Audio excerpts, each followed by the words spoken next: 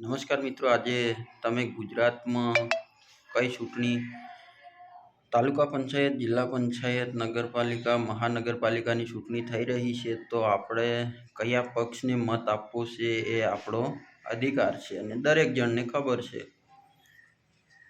તો હવે તમે આ પંચાયતમાં શું નક્કી કરશો?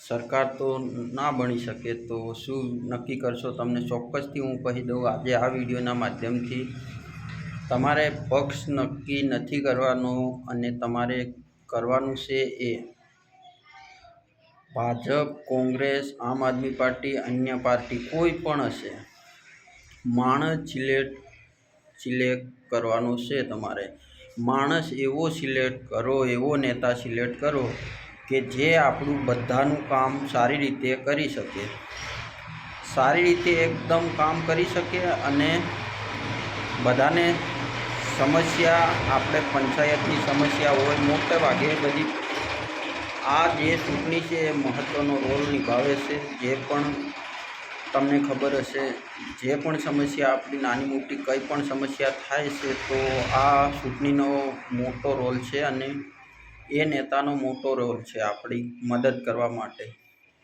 હવે ધારાસભ્ય એક વિસ્તારના હોય છે, કમસે કમ કેટલા બધા ગામડા, 2-3 લાખ લોકોને એ પોષી નથી વળતા, તો એવું બધું છે. તો આ પંચાયતની ચૂંટણીમાં દરેક માણસ એના નજીકના નેતાને આપણે રજૂઆત કરી શકીએ અને એ નેતા વ્યક્તિ એવો જોઈએ કે આપણી વાત સાંભળે અને આપણું કામ થાય. તો આ ચૂંટણીમાં તમે કોને મત આપવાના છો? પાર્ટીને મત આપવાનો છે કે માણસને, કોઈ અન્ય નેતાને, સારા માણસને વોટિંગ કરવાના છે? તો આમાં તમે જરૂરથી કોમેન્ટ કરજો અને ચેનલમાં નવા છો તો ચેનલને સબસ્ક્રાઈબ કરજો. તો આ એક મારું નાનો એવો વિડીયો મેં એટલા માટે બનાવ્યો છે કે બધાને શું રાય છે, શું કોમેન્ટ છે.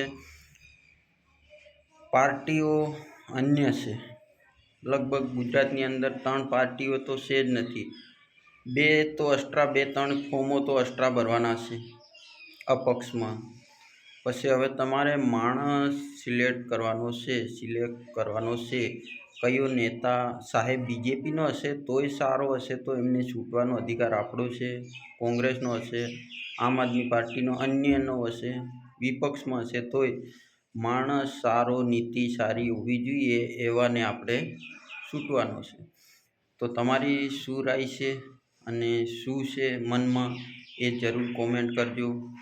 આ આપણે કોઈ સરકારી ચેનલ નથી, આપણી પ્રાઇવેટ ચેનલ છે, તો તમે કોમેન્ટ કરી શકો છો અને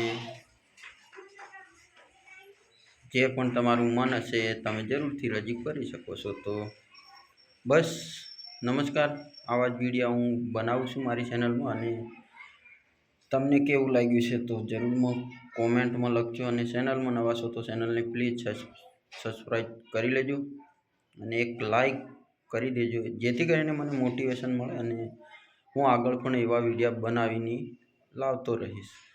બાકી ટોપિક તો ઘણા બધા છે પણ આજે મને આ વિચાર આવ્યો હતો એટલે મેં આ વિડીયો બનાવ્યો છે. તો આટલા સુધી જોવા બદલ ધન્યવાદ. જય હિન્દ, જય ભારત.